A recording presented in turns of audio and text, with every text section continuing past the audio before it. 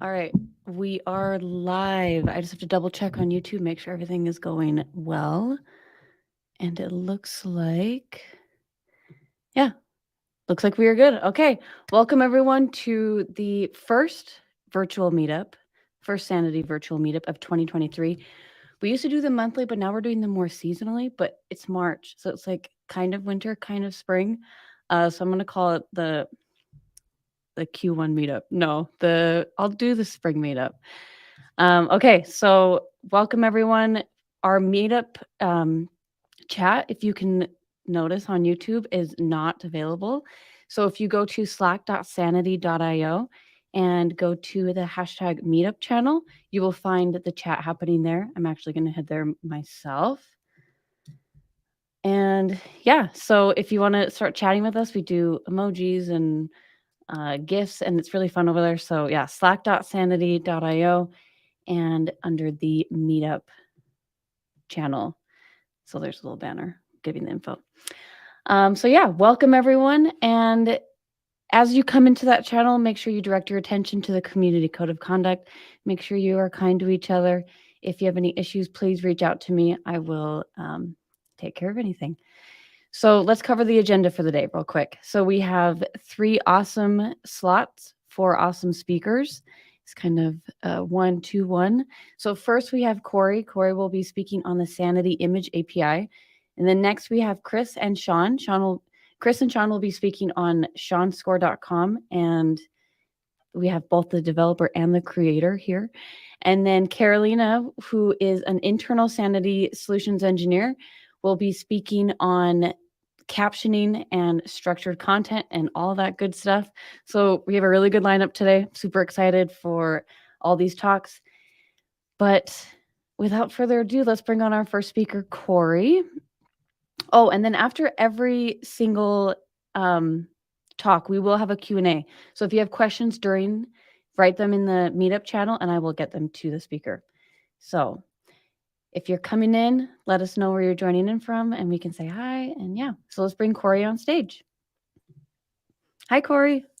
Hey, how's it going? Good. How are you? All right. So where are you joining us from? I'm in Austin, Texas, where it Austin, is Texas. currently gloomy and summer-like. Gloomy and summer-like? Yeah, welcome to Texas. What? I It's guess Vegas is kind of like that right now. It's like yeah, gloomy but warm. And so you're yeah, like, I don't really need a big coat, but yeah. Okay, I get it. All right. So yeah, you're speaking on the Sanity Image API and all that good stuff. I won't say much about all it that good stuff. yeah, all that good stuff. All right. So I will give you the stage. Remember, everyone, if you have any questions for Corey, head on over to slack.sanity.io in the meetup channel and stick the questions there. Or if you just have some fun praise for him, stick it there as well. All right, Corey, the stage is yours. Awesome. Hi, everybody. I'm going to be talking about, Sanity Image API stuff, specifically through a little bit of a lens of using React and creating kind of performant experiences using images on the web. So if you're looking at this from a mobile angle, you probably still pick up some things, but this is very much a web-focused sort of a presentation here. As the subtext here may imply, there's some tricks and stuff to make some of this easy. So if as you start looking through this, it starts to seem like there's a lot to do and overwhelming, hang in there. We're going to make it really easy by the end. So, and just a very quick intro. I'm Corey.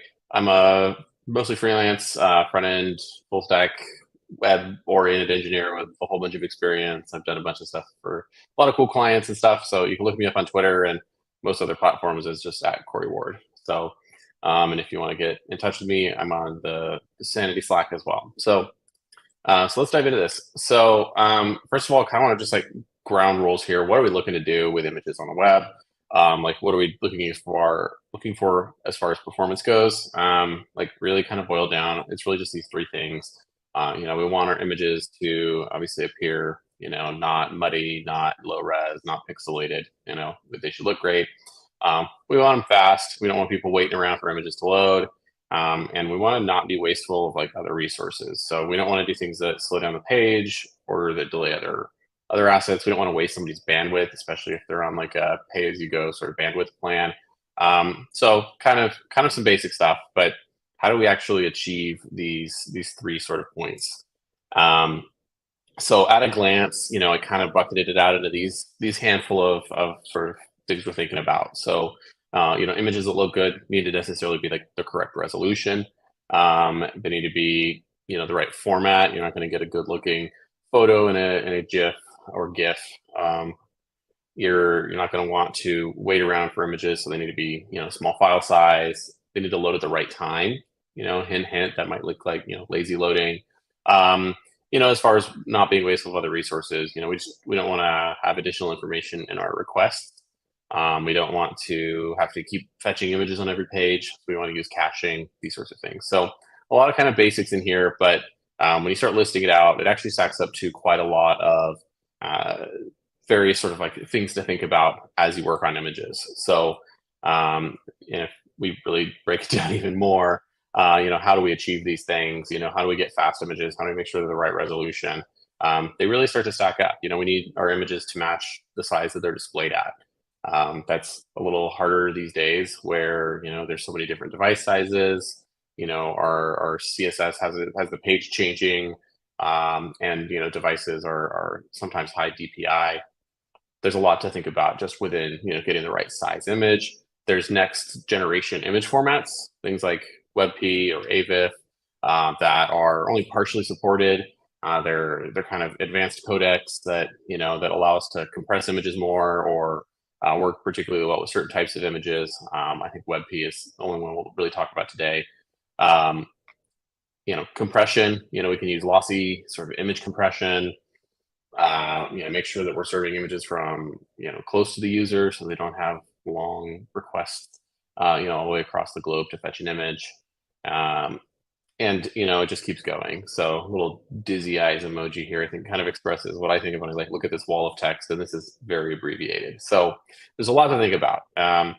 But that's kind of like what we're working with. That's what we're trying to do. So let's kind of like take a break from that and turn our attention to specifically like images and Sanity. So first of all, let's look at what happens when you upload an image to the Sanity studio, right? So you grab this cute image of Gus, your little munchkin kitty, and you upload it to Sanity. So obviously they take that image and they store it and make it available, but you also have this document that people aren't maybe always looking at in the studio, that has this type of like sanity.image asset, and it has this ID. And we kind of tend to think of IDs in the studio or document IDs as kind of opaque things. They're just random. They don't really mean anything. But images are a little bit different. So this this image ID actually has a lot of useful information in it that we can use when we start wanting to display our image. Kind of zooming in on it here, we can like break it down into these 4 parts. So there's this little image part. There's the actual like unique ID for this image. There's the original size of that image, and then the original format of the image. So this can do a whole bunch of things for us. For example, it's really useful to know if an image is in bitmap type data format, like a JPEG or a PNG, or if it's a vector format, like SVG. For example, I would not want to try to resize an SVG image using like the image API. I would probably just want to hand it directly to the user. But this also lets us sort of determine how big the image was originally. We don't want to scale images up because this is wasteful of data. So there's a lot of useful information in here. And it just so happens that these are all the 3 parts we need to actually form a URL to request that image from the Sanity Image API. So if you've ever used images from Sanity, on the web or mobile app or something, you've probably seen this. And you can actually fetch this information through the Sanity, like through Grok.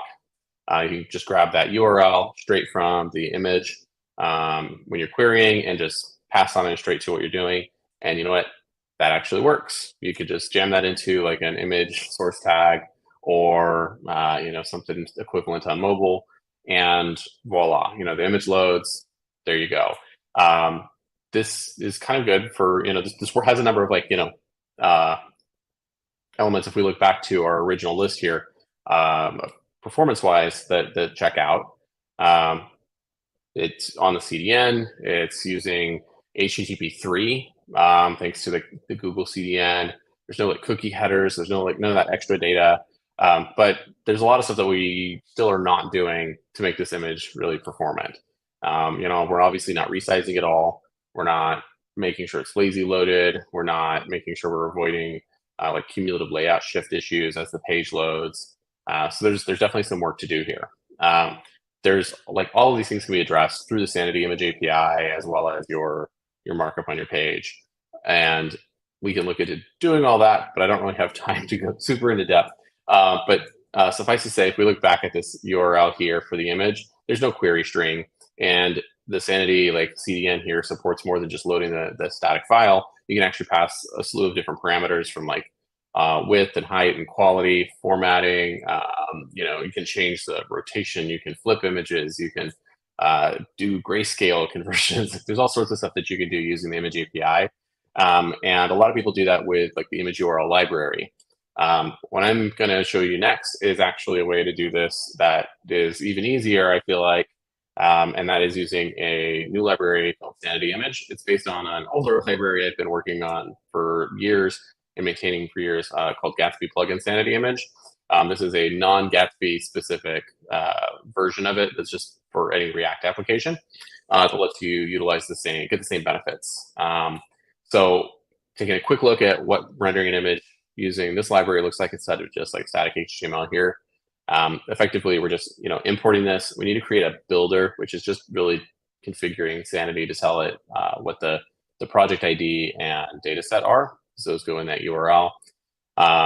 And from there, we just render out the Sanity image component. So we pass in the image ID here because, again, that has all that information that we really need to be able to construct that URL. And then we say, hey, this is the width that we want for this image, 500 pixels in this case. Now, this will render just a pretty generic image tag, but it gives us both a source image for that original or standard image at 500 pixels wide using that Sanity image API. It also renders a source set. So that is going to be a list of other versions of that photo or image, in this case, a photo, that are at various multiples of that 500 pixels. So some quite a bit smaller. One, I think that's 2x. So we have like a nice range of images based on that original size. So in this case, we say, we know we want to display this at 500 pixels. And I've forgone actually including the CSS styles to do something like that here just for brevity. But we said, okay, we want this to render at 500 pixels. So I want to load an image that's 500 pixels, but I want these other options depending on the size of somebody's like device or if they have a high DPI screen, this sort of thing. You'll also notice in here it's included a loading attribute set to lazy by default. So for most of the images on your page, they're going to be below the fold, and we don't need to load those right away at runtime or like at the page load time. Sometimes somebody might find the link that they're looking for pretty quickly and just click through and they'll never scroll down and get to that point. Other times there's just maybe, we have a long list of blog posts with like cover art, and scrolling through 100 of those, we don't need to have all those images right away. We can kind of load them as the user scrolls. So by setting loading lazy, it tells the browser, don't worry about loading this until it's going to actually be used. And browsers do this natively now, so there's no need for additional JavaScript to support that. And we have like an alt attribute here. Always good to do that for accessibility. So this actually like does a bit more. It gets us a little bit closer to our goal. So let's actually take a look at what this does or doesn't do. So in addition to our base sort of options here on our basic list of like benefits on the left, we also now have it's responsive, it's compressed, because each of those URLs, go back here, automatically have with Sanity, the Sanity image library, are going to have like the quality set to like 70% or 75%.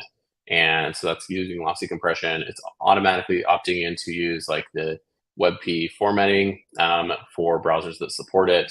And it will also set like a fit mode, but we're not going to talk about that for the moment. So, oh no, my slides aren't advancing. Okay.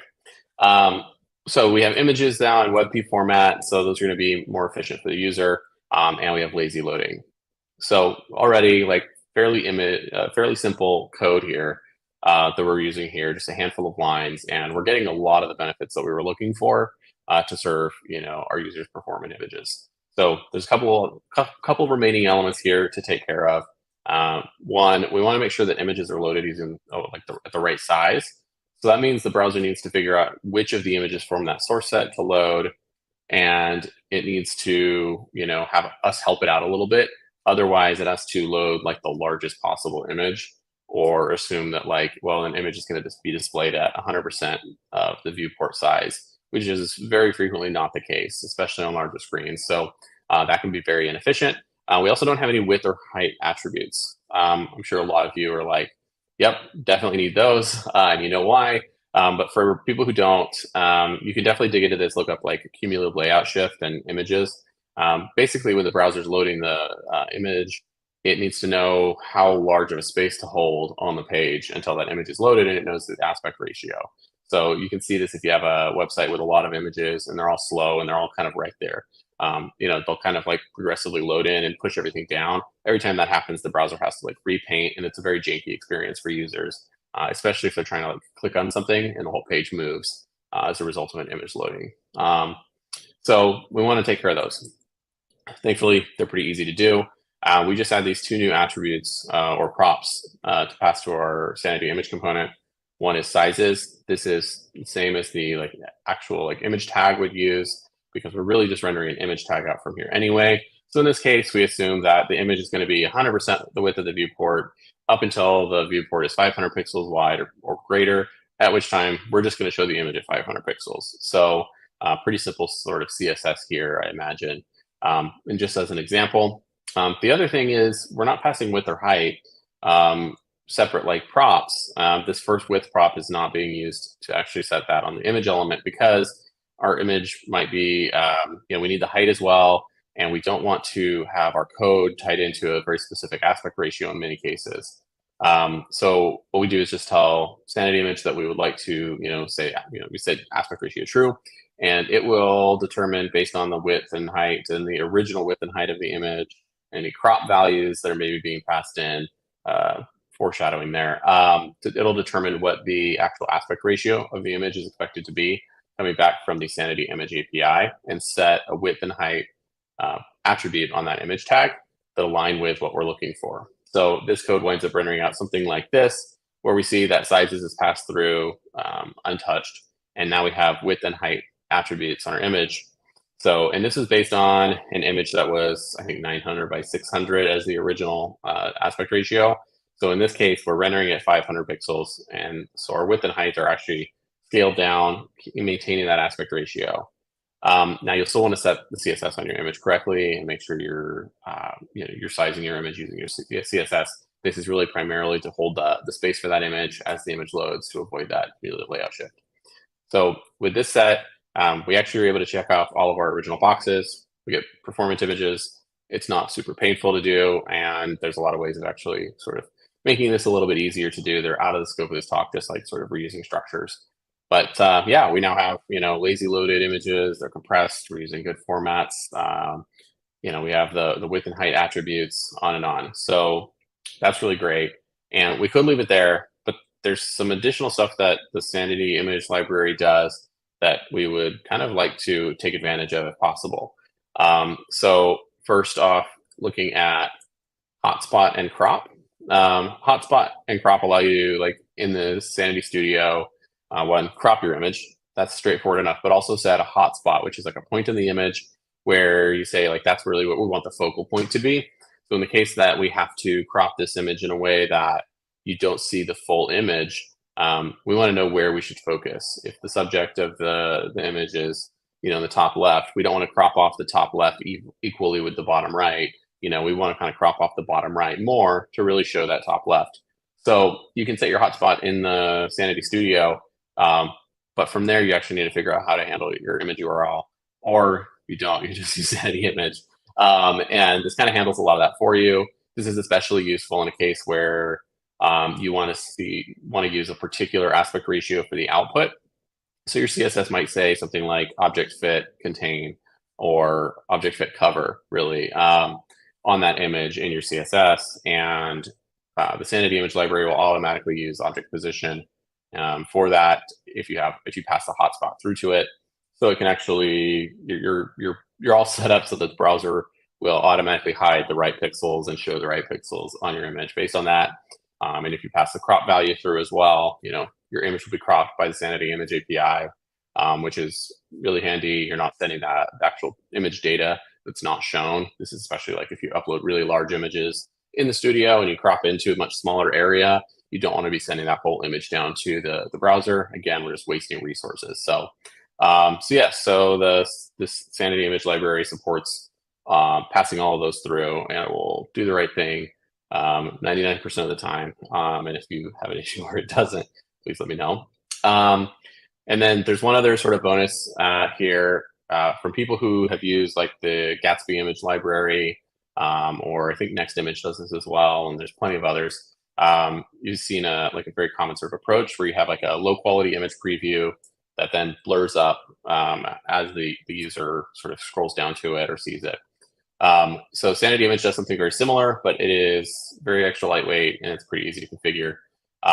If we look back to the original data that Sanity has on an image, one of the many attributes that they compute here is the LQIP property under the metadata, and that's low quality image preview. It's a base 64 encoded string, which means it's safe to put it directly in an image source attribute, an SRC.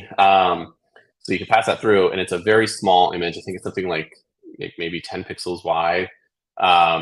That will just be like your image resized down really, really small. So it's not a lot of data, and it can be included directly in the source. So when the page loads, that image is already there. There's not another request that needs to be made. So if you pass this along to the Sanity image library, it will be included as like the original image, and it will automatically hide once the full version of that image is loaded. I'm also working on some support for blur hashes for those of you who are curious to play with that.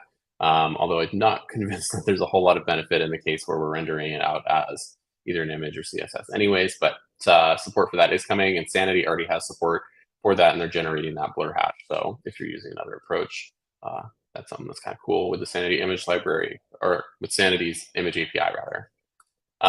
So I think that's all as far as this sort of overall presentation goes. I hope I did okay on time. But yeah, so if there are any other questions on this, I know I ran through it pretty quickly. Please let me know. And I guess one other final thing, I'll be working on documenting this library a little bit better and publishing a sort of stable version over the next few days or the weekend. That'll be available for use, although technically it is viable to use it now. It's just kind of in an alpha state with poor documentation. Awesome. Good stuff. Okay, so there are a couple questions that came up. One came up earlier about like next and next image, but then you kind of got into next image. But can this completely replace like that image handling? Like, could you be in next and then all of the image handling is with the Sanity image? Yeah, I think Next Image and like the Sanity image library take similar approaches in terms of the result that they're creating, and you would probably not try to use them in conjunction with one another.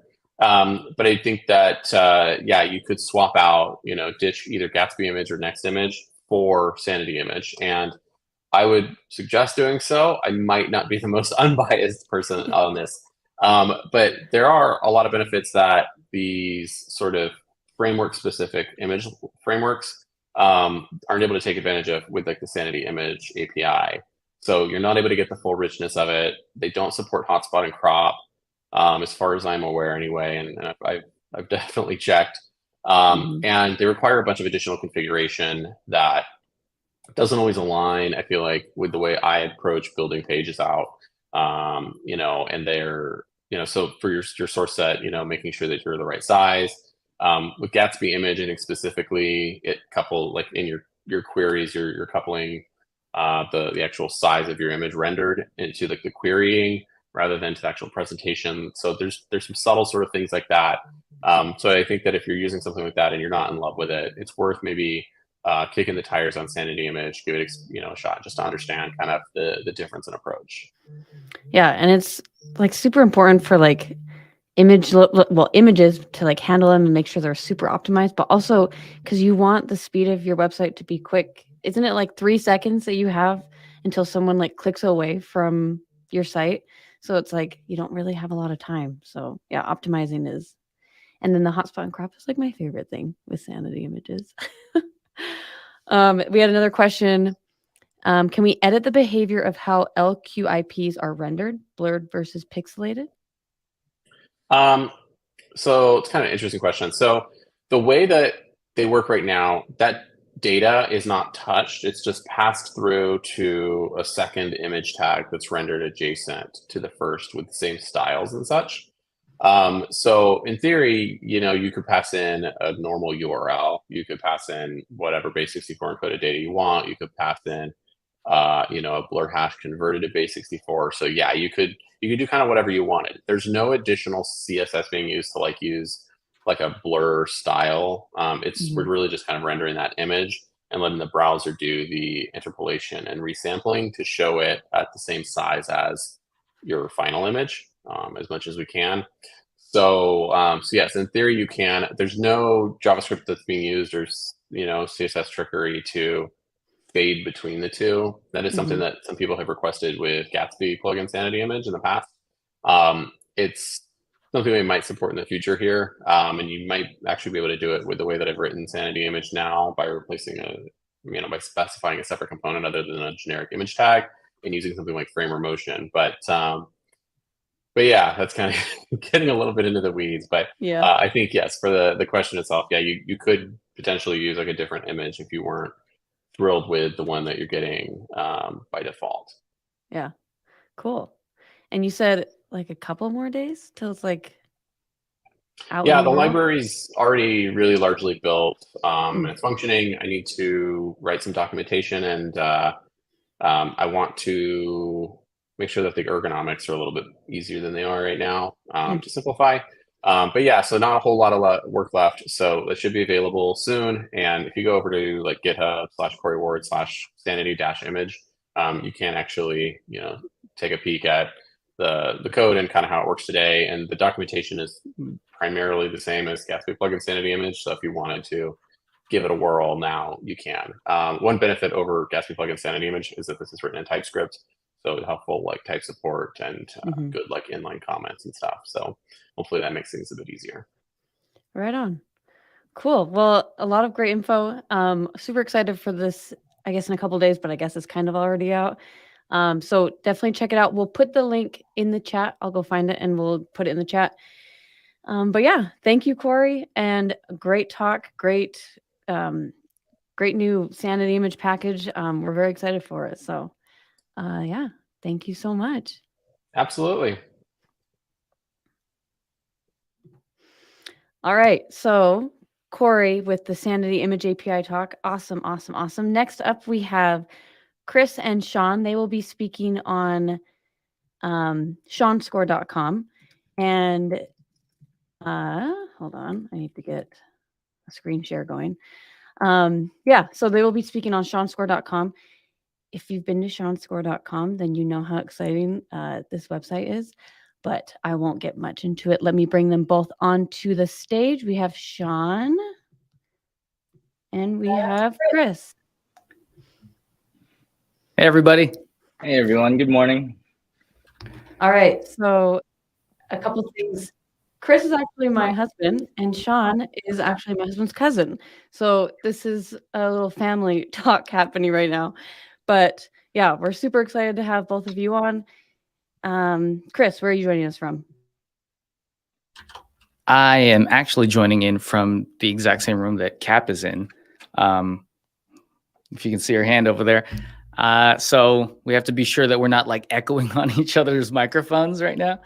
But yeah, what about you, Sean? Also in Vegas, not the same room, but just on the other side of the city. Cool, right on. Well, I will give you both the floor and super excited. So Chris was the developer on SeanScore and Sean is the content creator on SeanScore. So this is very cool dynamic. And we haven't had this yet on the meetup where we have the developer and the content creator. So I'm excited to see the outlook or the look from both of them. So very excited. The floor is yours and good luck. Awesome. All right. So we have Sean's score up on the screen. And if you haven't been to it, seanscore.com, and there's 2 S's in the middle there. Always weird on if you should merge those consonants. But so this is Sean's score. I'm really excited to have Sean on board and like talk about this publicly. So yeah, I guess, Sean, do you want to give us like a little bit of a background of what this site is, why you do movie reviews? Sure. And all that. Yeah. So again, my name's Sean. Hello, everybody. In Vegas. I loved movies for as long as I can remember. The first movie I can ever remember watching as a child is Return of the Jedi. Not New Hope or Empire, just went straight to Return of the Jedi. It was the VHS, I think, that just called to me. So we, Chris and I would actually watch that over and over at his house. The first movie. Oh, go ahead. I don't think I saw the other two for like 10 years. Oh yeah. We only watched the one with like all the little Ewoks. Yeah, I think we love the Ewoks, so we would just watch that over and over. The first movie I can remember watching in theaters was Independence Day with my mom and dad next to me, and that was special. But yeah, I mean, for as long as I can remember, people have always also valued my opinion on movies for some reason, whether they agreed with it or not. And so as a little hobby, I started posting some movie scores on Instagram. People took to it. There was good engagement there. And in December of 2021, I believe, which was my birthday month, Chris and Cap both surprised me with what I thought was one of the best birthday presents I've ever received, which was this website. At first, it wasn't on Sanity, and it was fun. I played around with it a little bit, posted some scores, but ultimately life got in the way. And so for the better part of 2021, it was just pretty much dead. 2022, Chris and Cap surprised me with Sean Score 2.0. And this is before we jump into 2.0, I just want to say, like, as the person, well, first of all, we were like, okay, let's get Sean a cool Christmas / birthday present. He's one of those birthdays where you kind of just like lump it in with the holidays because it's so close. We're like, let's get him a gift, and we're like, okay, maybe like, $50, $100, whatever it is. And then I was like, let's build him a website. And then it ended up being like 2 weeks long of building this thing, which is, we all know how much time it takes to build something and then how much time it like really takes to build something. But yeah, so we were on Airtable the first time, and I thought I was the cleverest developer on earth. And I built like this custom movie review inputter that hooked into Airtable. And I have the Airtable up right here. It actually, I gave this to Sean and said, hey, have fun editing your website. And I don't even know, can we tell like how many you did? Where's the updated at? Oh, it's not created at. So, created at. So between here to the bottom, right around here, looking at like 70, which is still pretty good in 2021, but then nothing happened in 2022. So yeah, I guess that goes to show that like as the developer, you could build the coolest thing in the world. But if nobody wants to use it, right, it's just going to fall by the wayside. But yeah, stepping forward into 2.0.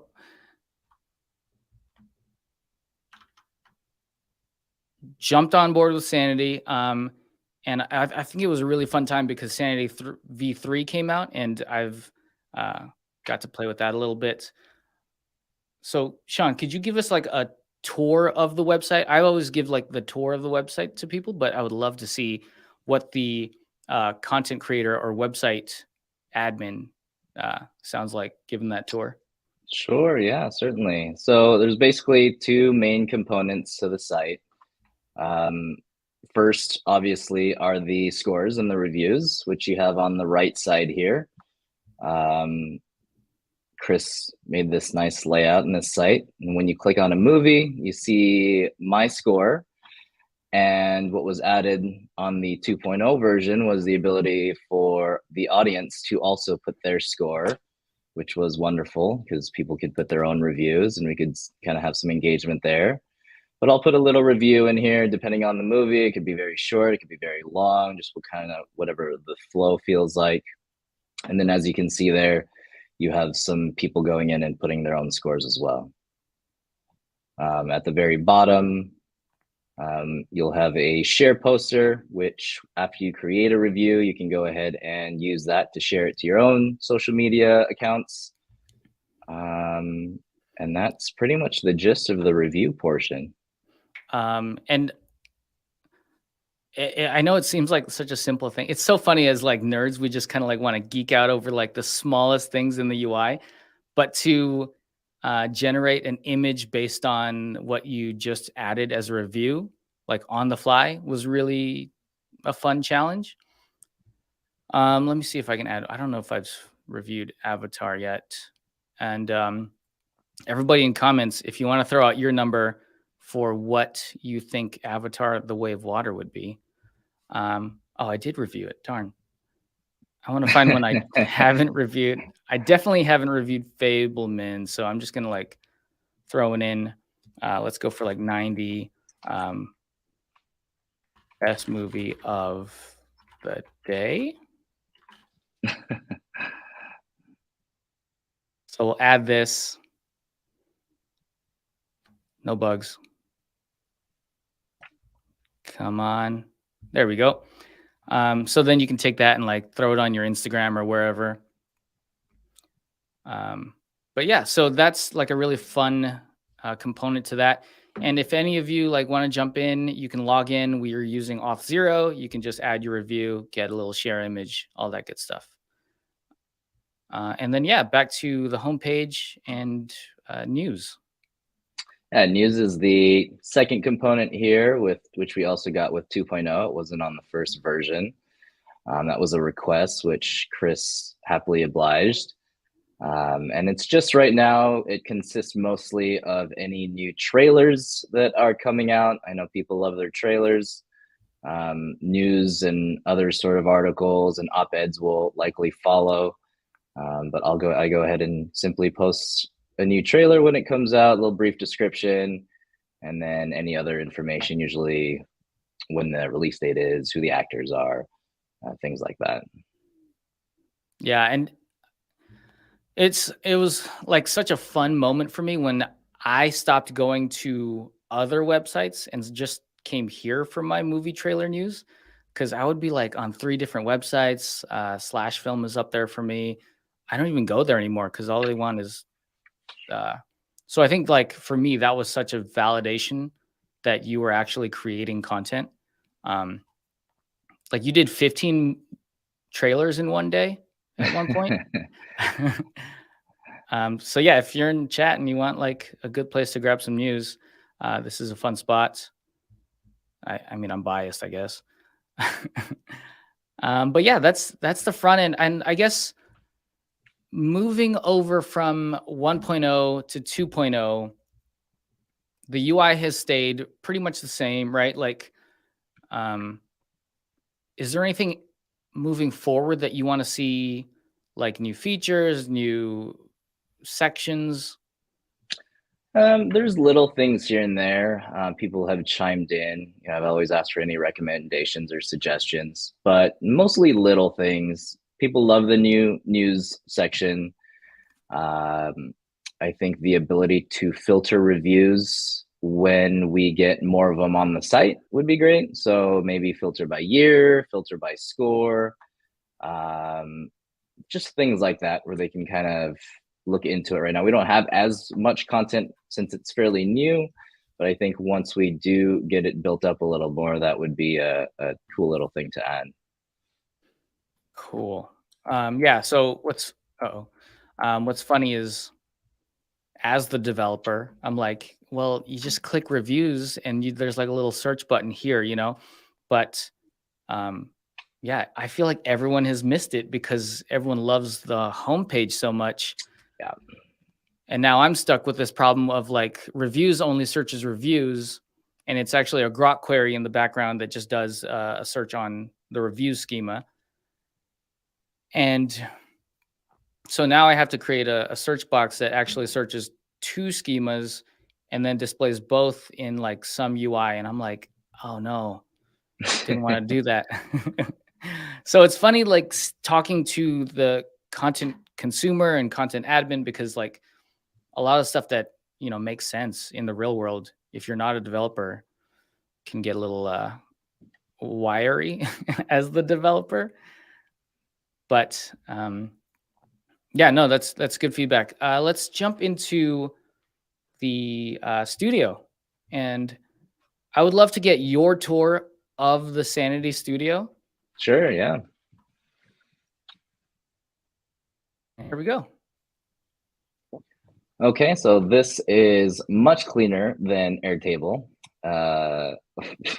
When Chris sent me the Airtable link, I was like, I mean, this is 2021. Why are you giving me an Excel sheet here to work on? So this is much more user-friendly. So first up, we have the news section up there, which clearly goes to the news area. I'll compose a new entry up top, which will give me this form here. So title, you know, obviously, if it's a trailer, a teaser trailer, if it's a news article, I haven't put too many of those, but I recently put the Oscar nominations. That was a little news article, so that was the title there. So I'll think of something quick and try to be witty. And then I'm told to click generate there to get the web address, enter the YouTube link. For the image, I'm pulling the cover image for the YouTube video using a different site, which then I'll upload in that section there. And then down below, simply, again, maybe the synopsis of the film, along with the director, stars, release date, any other pertinent information I feel should go in there. So I notice, so one, for the image, you go and do you just use like a website that does like YouTube the thumbnail type thing? Yes. Okay. Mm-hmm. So potentially something we could automate there. Mm-hmm. And then here, you're currently the only author, so that works out well. And then back here, so I noticed when you were creating content, you were using a lot of like H1s and H2s.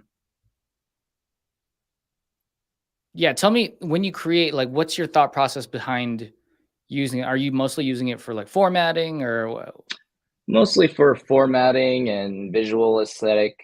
I believe at first the default font size was set to a fairly low value. And so clicking on the link, you would have the large trailer, and then down below, it would seem like chicken scratch almost. So I tried to enlarge that by, you know, using what I knew, which was the H1 tags. And then eventually you had increased the default font for anything that goes in the content box, which at that point made it much better. Cool. So are you just using like bolds now? Yes. So bold for the plot synopsis, and then everything else is just standard. Got it. Justin Tell in chat, disabling H1s and H2s is a great feature. I did not know that existed, but I will do that. Because yeah, it's interesting, like coming from the dev side of things, I know how like search engine optimization goes, and usually you want like very minimal or important headings. Like H1 should only be like one of them on the page. H2 should be like the headings for above paragraphs. But yeah, as like a not dev, not SEO expert, it made sense that you were just using H1s and H2s all over the place. And I'm like, oh, I need to like tell you about that. So that was like a good learning experience for me. But yeah, and then so down here, do you use any of these buttons or? Yes. So obviously delete I've used a few times. There is discard changes, I believe. So if I go into an old review, trying to pull some other data to put into a new one, I will sometimes do, I believe if you go to an older, something that's already published and make a change, you'll have a new option in that box. So if you maybe just type something in the content box there, oh yeah, discard changes. So I'll use that often. I haven't used restore, but I probably delete and discard changes are the ones I use the most. Cool. I didn't even know about discard changes, so I'm learning. Have you used this versioning up here? I have not known. Okay, cool. Yeah, I haven't had the need to. Cool. Yeah. So let's keep moving along in the studio. There's a lot of fun stuff from, at least my thoughts are on the movies side of things. Lots of custom inputs and like workflows. So if you want to jump in. Yeah. So movies here. Everything's listed. I think I still would like the option. I know we briefly discussed it to rearrange the entries if it's possible. So what shows up in the order of things show up on the site, but very small thing for now. Interesting. So that's like just a different sorting. How would you? Because would you want them to? Almost by release date. So right now I'm entering reviews as I see them, which is great, but maybe the ability, and I think this goes back to the filter process, to filter by release date. So if I say watch Jurassic Park again and decide to put a review on the site, it'll show up as a recently added review. But for those who kind of want to see, from release date and on, that might be kind of a fun way to sort it. Gotcha. Yeah, no, I find that there's a lot of times where Cap and I are like hanging out and we're like, we need a movie tonight. And it would be really fun to go to Sean Score and say like, oh, any movies between like 2020 to 2022 that are comedies that scored above above Black Adam's 5 would be nice. So yeah, something more to build. I guess you have something to look forward to for your next birthday. But yeah, cool. Going back to the reviews here, composing a new review. This was much more enjoyable than going through Airtable.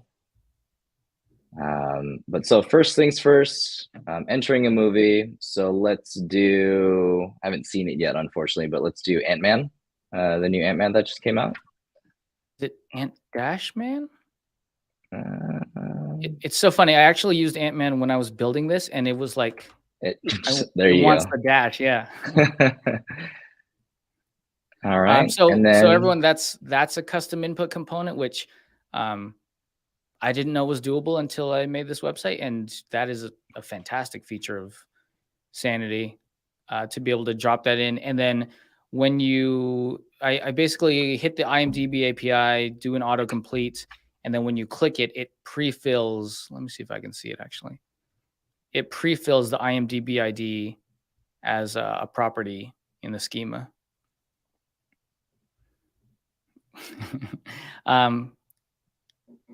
It didn't autofill title though, so I thought it did. Does it? Yeah. So you need to go down to the drop down, and then hit get movie data. See, I don't even know how to use it anymore. Yeah. Well, I don't know what schema means, so we're even. I remember why I did that. I didn't know how to pre-fill other input fields based off of this one. Something to look at for me. And I probably should pre-fill slug at that point, right? With this button. I mean, I won't be changing that at all. Although there are times I think we've discussed if, say, we're reviewing the second season of Ted Lasso, where I would go in, pull the IMDb data, and then adjust the title accordingly so that it shows, an actual season, mostly for TV. Yeah. Yeah. We've talked about season and episode. Like it would Yeah. be fun to come back for like every Last of Us episode that's coming out. Sure. But yeah, we'll figure that. It all depends on how IMDb. Otherwise, we'd need like a whole new drop down for like season and episode number that we have to deal with. Yeah. There's a couple websites I know of that have data for each episode and everything. So you can look into that. Gotcha. Let's go for something that you've seen while we're on the DC Bash train. Let's go for Justice League, and then I'll click this button again. It should overwrite, right? Mm-hmm. Generate. Yeah, and so that'll generate the images down below too. These guys? The movie posters there. That'll pull from IMDb. I think. Oh, these. Yes. So Yeah. these. Everyone is all the images that actually show up. Let me jump back to the site. If you click on, that's the poster on the left, and then these like little backdrop type images. Oh, there's duplicates, but that's where those come from. Just an IMDb dump of a bunch of images, and I store them as an array of strings in here. Yeah. So sorry. Next up. So then next step should be score, but that's usually the tough one. I have to usually sit on it and marinate a little bit. I don't want to be too hasty. So I'll actually go 4 minutes, 3 minutes. So I'll actually go in and write the review first. At least put my thoughts down. That kind of informs and helps with what score I'm going to put down. And so for Justice League, if I'm going to throw a number out there, because I wish it was much better, I would probably put 40. Okay. Fair. And then next step? So next step would be to hit that drop down for me one more time, if I'm forgetting anything. So generate share images, which will impose my score onto that tall image there. And then after publishing, it'll give me that option to share that said image to Instagram, Facebook, text it to someone. Sweet. And then it'll immediately update the site. Awesome. Yeah. As the developer, I'm already seeing like a couple things. Like there's a couple steps that we could probably do away with. Like if you click to autocomplete, it autofills everything. And as soon as the score is maybe like blurred, where you like click out of the input box, it generates the images, like stuff like that. Because even I already forgot that these buttons work. And then so the question is just a quick note on these. So the tall one was mostly for like social media, like Instagram stories. And then the wide one actually ends up being the share image for the website. If you share it to like Twitter or if you text it, it's a OG image. I don't know. There's so many, like they all blend now to me, but yeah. So that's why there's tall and wide. Cool. So yeah, I guess speeding up. We're running out of time. Audience reviews. Audience reviews. Any audience reviews go into this section here. I can delete them if I don't disagree with them. No, I'm just kidding.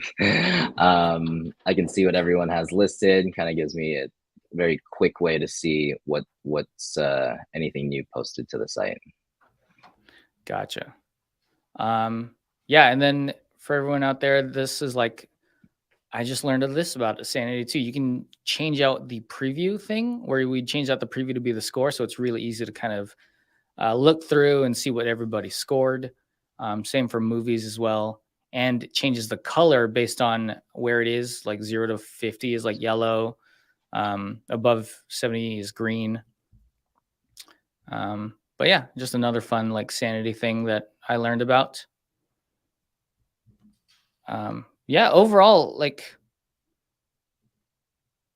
it's just been fantastic seeing you use the site and having it be a source that I use now as my data or as my like stream of news.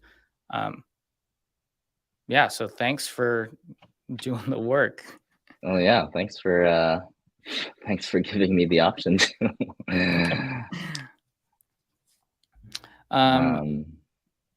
Yeah, so quick thing about that I see in chat. Can you have user data go into Sanity? Yes, so there's actually like I use Auth0 on the front end to do the authentication, and then I store that user info. And then when a review is created, I just make a Grok query mutation, whatever you want to call it, into the Sanity Studio, and it inserts it into that schema. Yeah, let's just bump Megan there. Jungle Cruise is nice. Cool. Yeah, I think thanks for coming on, Sean. I think we're gonna do some Q&A now. Sure. And everyone, Q&A section. So if you want to drop your questions in the Slack, happy to answer them. Cool.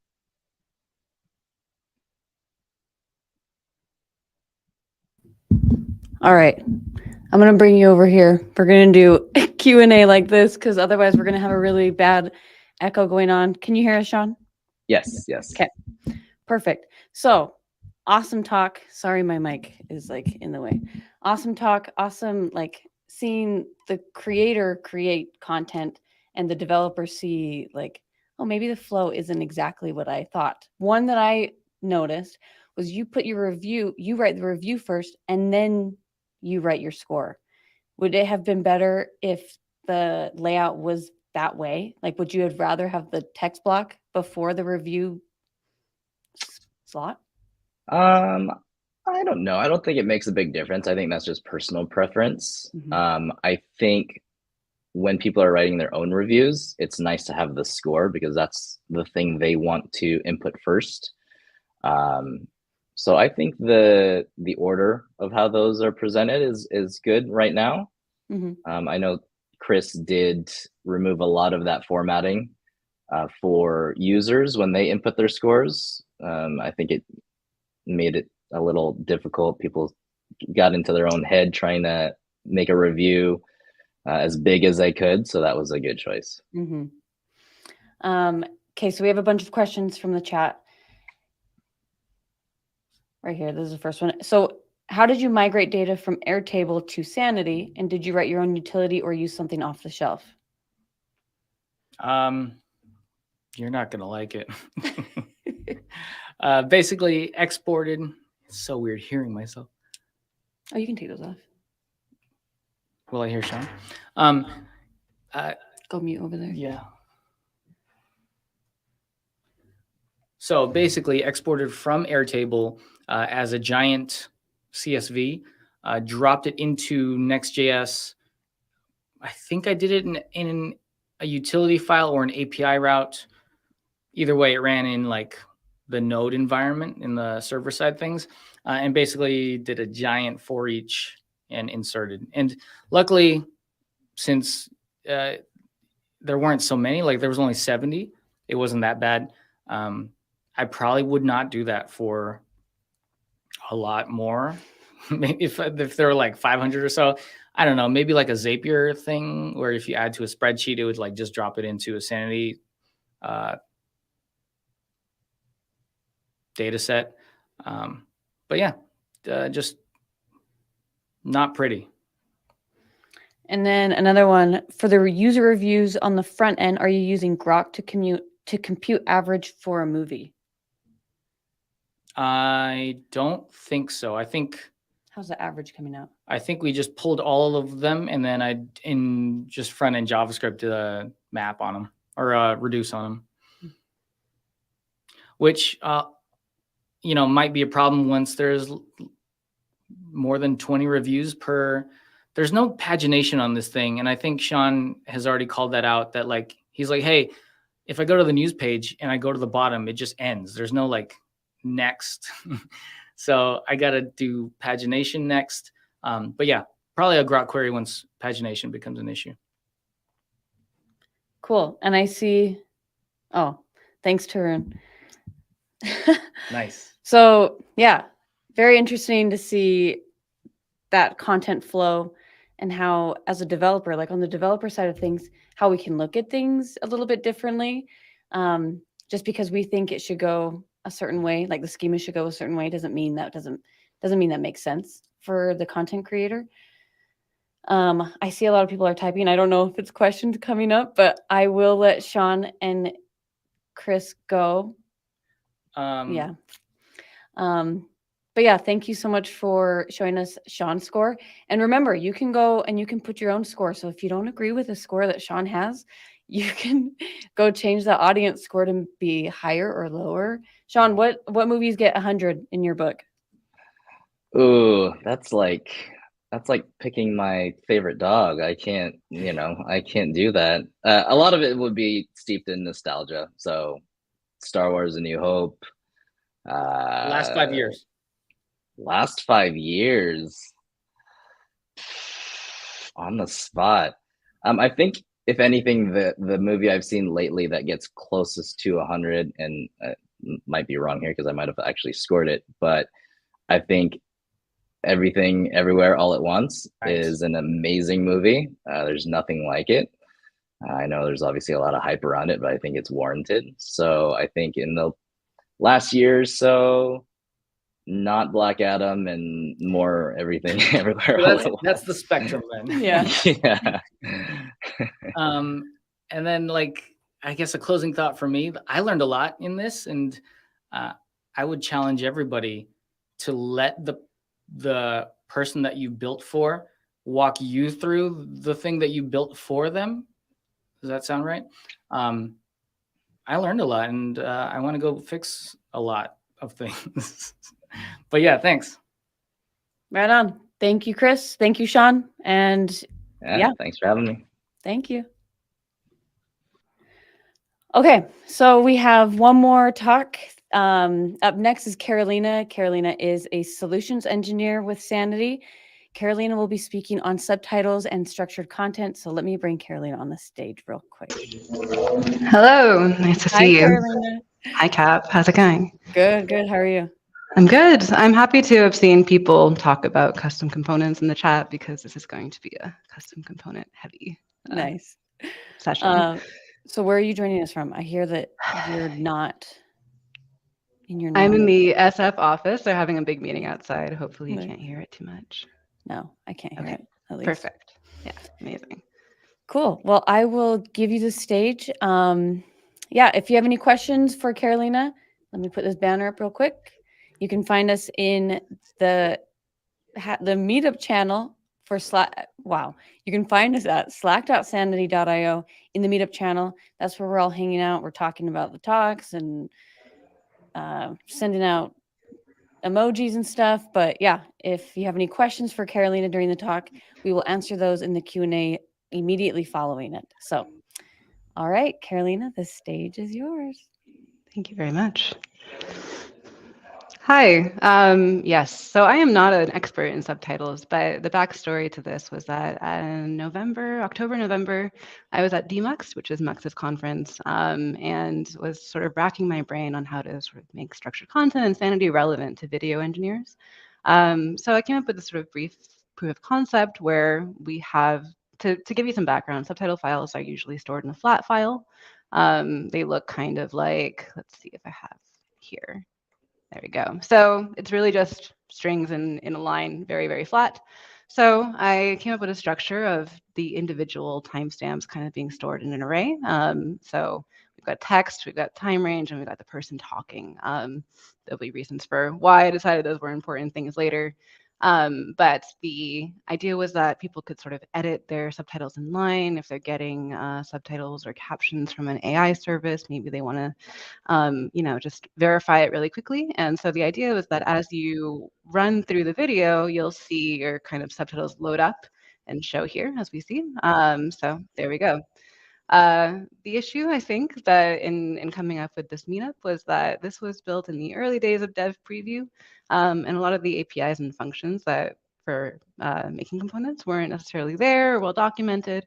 And I cobbled together a lot of things from like framer motion code built by by our core engineers who are much more familiar with that sort of thing than me. So if you look at the original sort of code for this, you'll see basically recreating what the array does or what an array item does. And in migrating this to my modern studio, I was really surprised and pleased to see that I don't have to build that many UIs because I'm not that great at it. And I can take advantage and stand on the shoulders of giants of people who are good at that sort of thing. So I try to scaffold this and sort of show everything that's going on here and sort of see how we can recreate that same functionality without me having to do framer motion stuff, which I'm not good at.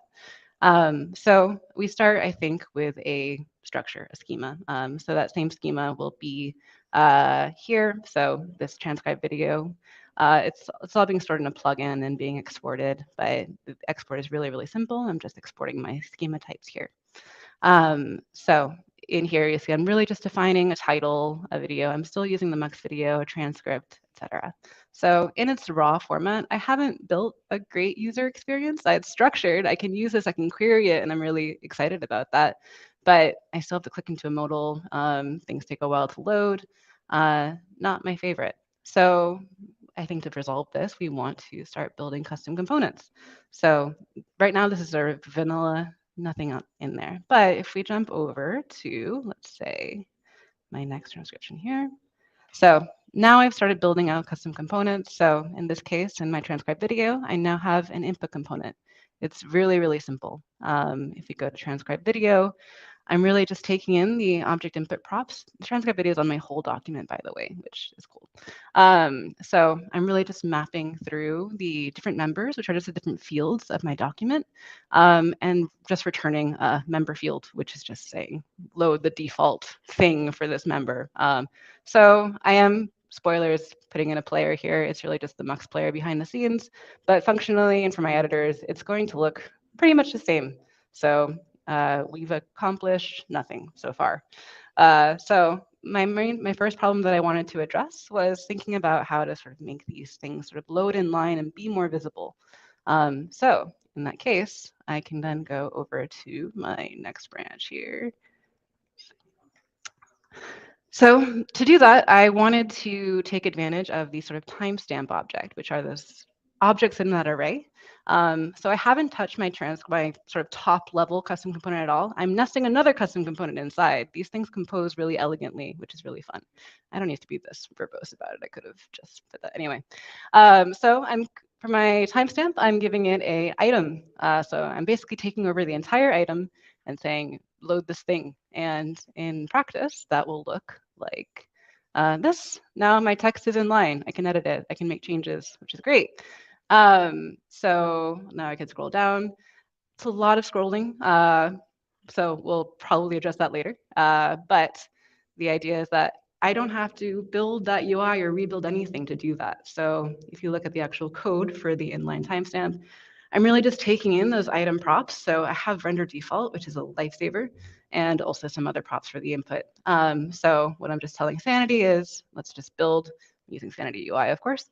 Let's just build a stack on the top level. Let's render default, which is going to be how those objects look when they're lying in the array, which allows me to sort of still have drag and drop functionality. I don't have to worry about recreating that. But then I'm saying after you do that, also include the input components, which are usually shown in modal. So I'm kind of cheating and showing two things at once, which is great. So now a lot of people really like this functionality. I think a lot of people have asked for editing things in line. It's super easy. I, again, don't have to build a custom UI. I can just use what's there. But again, it's super long and not great. And I think if I were to load up this much longer, I have like a 22-minute video with 555 items, it's going to be, yeah, that little scroll bar there is going to be impossible to navigate. And my experience kind of chugs a bit. So in my sort of POC, we saw ourselves filtering to where we were in time in the video. So that's where we can now take advantage of that top level component and still use these other sort of custom components that are nested there, but now they can all talk to each other. So let's see what that looks like. So checking over my next branch here, using a cheat sheet of just Vim and pasting. Great. So now you'll see that in this particular component, it's not as big. I skipped a step, sorry. So it's not as inconceivable. So now actually everything is flatter. I can scroll, it's a lot easier. But now if I click in and see these things, I can now click in and out, and now I have a lot more cleaner experience, which is great, but it's still clicking. It's still a lot of clicks. So how do I make this more efficient? How do I filter it down to what I need? And talk to that top level component. That click functionality, by the way, is also very simple. We're using even more things that are exported from these props. So I have collapse, I have on expand, I have on collapse, and I'm just feeding them into a click handler here. Again, I'm doing very little. I'm really just arranging things that are already existing in Studio, which I feel much more confident about as a developer, that I'm not adding sort of custom logic that I haven't tested at scale. Engineers have. So I can just use it and take advantage of it and put it in different contexts. So great. So now I have these sort of very clickable things. They collapse, they don't collapse. But now I do want to filter like we saw in that POC. So if I jump over to my next description here and reload, the Studio will hot reload. I'm nested. This is my demo that I use for enterprises. It's nested in next app. So any slowness here is my fault and not Sanity's fault. So now you'll see that we're just showing 5 things right now. I can still click in and out, but now it should scrub and show up with my video here. So as I'm loading in, you'll see things load. If I were to go forward in time, you'll see that these things will now be relevant to like within 5 seconds of where I am. Again, I'm not doing anything too clever. If I go to this transcribe video, now you'll see that I'm just keeping track of the current time. I'm able to listen to my video element here. It has an on-time update prop that's just exported from the Mux player. I set it back to the top level and I set it down into this transcript object. So that's new. We weren't doing anything for the actual array. We weren't doing any custom input for the array. We were doing things for the array item, but not the array itself. And the array itself, we are just feeding in a couple of things. Just the, again, default props that are passed into the member field. And then the current time, which we need to sort of understand what we need to filter, and then render input from the top level. So we're basically, we still want to render the array as the Studio would natively render the array. We're just making a few tweaks. So jumping into the transcript here. Again, really just logic to timestamps and SRTs or strings. There's strings in the Studio as well. I want to make them numbers so that I can, say what's bigger than or what's less than 5 seconds. Once I have that set, I can filter. So there's that 5-second logic here. And so saying basically just show me those members, those array items that are within that 10-second window. And then I did have to build some UI. Actually, I copied this from the other thing, which might have come from our core engineers. So there is a button that says show all or filter. So I'm adding a little bit of functionality there. So this show all button will show me everything. And if I filter down to the timestamp, I can do that. I think it's probably good practice not to hide things from my users. So I want to make sure they can see everything. And then, yeah, that's it really. So now those things are following that filter. And then basically I'm doing that render input, that logic from the top level saying, please just render this array as you normally do. But I'm just giving those members that I filtered down here. You'll see some comments from me about not knowing types of things, which is really helpful also for that 555 long array here of one of our other videos. So again, now this thing doesn't load terribly. We don't have any slowdown. Pretty convenient. And you can also see why I'm not great at UIs, because I should have put some padding there. All right, so the last piece I think is I still have to click, and I'm really trying to reduce clicks. So how do I sort of just show logic to make sure this thing is open when I'm seeing it, as we saw in the POC. So the final step is right here. And now if I go back to my Studio, we can now hopefully just automatically open things. So you see that as we go here. Yep. So as I scrub through, we'll open the subtitle stamp that we're currently on. So yeah, it's a little buggy here, but anyway, now it should be smoothed out. So the idea, hopefully, and I didn't get this far, was that, okay, if I see something wrong, like for example, in this video, my name is misspelled and I really want to fix that, I can just click in, make the change, and then save it. So it's just a way of getting exactly the information you need when you need it, and then moving forward from there. Yeah, and the real change here, the only change here is actually just adding a little bit more logic to that transcribe video thing. So that transcript here now has a little bit of logic saying, let's filter. So if this timestamp is within our current time, it's within a window, then let's make it not collapsed. And then our inline timestamp can say, make some logic about whether or not it's collapsed and make a decision there. So now you'll see that there's a little Boolean that's saying if it's collapsed, just render input, as we say, render if it's a helper saying just render the thing that we need. We're still using that sort of particular props there, but now we can just open up. And now we also have restored the ability to see the whole thing. So I was blocking that before, but now because I can just open things like this by just going to the timestamp, I don't need necessarily to know that all the other fields, but should I want to have control over that, I can. So yeah, this is really a speed run. I know I covered probably a lot of code of what it's like to kind of create custom components without necessarily building a lot of UI. I'm taking advantage of a ton of things that are just native to the studio. I never have to recreate this remove or duplicate button. I don't have to recreate drag and drop functionality, nor do I want to.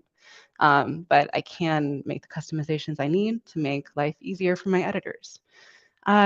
I think that's it for me. Hopefully it wasn't too too intense. I just felt like I had a lot of stages to cover and I wanted to make sure that we know that we can scaffold these things. If you are interested in seeing this, I have added this as a draft PR to my demo template on the Sanity.io GitHub, where you can see all those different files. I think I still need to rename some things because as I was developing it, I sort of edited out and copied things to make them kind of scaffold on top of each other. But yeah, thank you so much for your time. I hope this was helpful. Reach out in the community for any questions. Hopefully we can talk about this. So the chat is just like I haven't been looking. I knew I would get distracted, so I was just in my own bubble. No, that was amazing. Like the things that you were doing in like the short amount of time and just the code that was behind it was fantastic. It's also in a code, right? A lot of it is just helper functions. So that's what I'm so excited about, is that I am not, I mean, making UIs is a delicate art that people study and are passionate about, and it's not something I have a lot of experience in, or at least not, I don't consider myself an expert in. So it's great to take advantage of that. Yeah, my favorite comment just came through right now from James. I kind of feel like a little kid at a magic show. It's so true. It's like, wow, this is magic. Super easy. Well, I mean, once I figured out sort of how things sort of fit together, I definitely crashed my studio a few times by making recursive like render inputs. So hopefully no one else has to go through that. Yeah. And I saw that you shared the repo or kind of at the end. Could we get that link? Yeah, let me put it in the, again, it's a draft for a reason. I'm still going to test it at scale. My coworkers also use this. So I need to make sure that I'm doing quality control before merging it. Right on. Thanks for sharing that. So Corey had a question kind of, and Saskia kind of gave her thoughts behind it. But Corey asked, this makes me wonder about using portable text for this, where the text is annotated / marked with the timestamps. I'm curious if that was something that was considered or if there are any thoughts about that approach. I also considered it, actually. I mean, it's a good call. HeavyBit, I believe, HeavyBit uses Sanity, and for their podcast, they have a really great, I mean, I think that generally having transcript is great for accessibility and findability. They do use portable text. They annotate every line with the timestamp. I think that's totally fine too. I was kind of just having fun. Portable text might be easier to consume. I think the idea, hopefully, is that all those other things to annotate with might be easier in an object, but I haven't consumed this content yet. I haven't put it on the front end. I think that would give me a stronger opinion. I know someone in the chat wanted like more decisive, prescriptive things, but the honest answer is I don't have enough information yet. But I do know that HeavyBit uses at scale, so that's good evidence. Yeah. Right on. Well, awesome presentation. Awesome demo. Yeah, you showed us how to do it and I still don't believe it is one of the comments. So awesome stuff. Thank you so much. And thanks for sharing that GitHub repo. Definitely check that out if you're interested in looking more into the code. But yeah, thank you, Carolina, for coming on and sharing your wisdom and all the stuff with the subtitles and structured content. Thanks for having me. All right. Thank you. See you. Yeah. All right. So this concludes our winter spring meetup. So unfortunately, I don't know when the next one is going to be. I'm actually going on maternity leave in like a month. I'm 8 months pregnant right now. So whenever baby decides to show up is when I will go on leave. But that means the next one will either be while I'm gone and will be hosted or when I come back. So keep an eye on our Twitter or our Meetup events page. That will be our true source of when the next one is. But yeah, and so I'll just put in this to the chat as well. We are always hiring at Sanity. So if you know of someone who is looking for a position and you fit one of these roles, definitely reach out. We're very excited to have you all here, and we're super happy that you all stayed and joined. I will have the videos out. It's Thursday. I'll probably have it out by tomorrow, all the videos, and I'll put them in the Meetup channel so that you can go back and watch or share your favorite ones or share all of them. But yeah, thanks for joining. Thank you so much for hanging out and for coming to our virtual meetup. We'll see you at the next one. I may not see you at the next one, but I may see you at the next one. We don't know.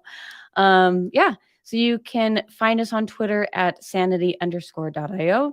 And yeah, thanks so much for joining, and I will see you all around.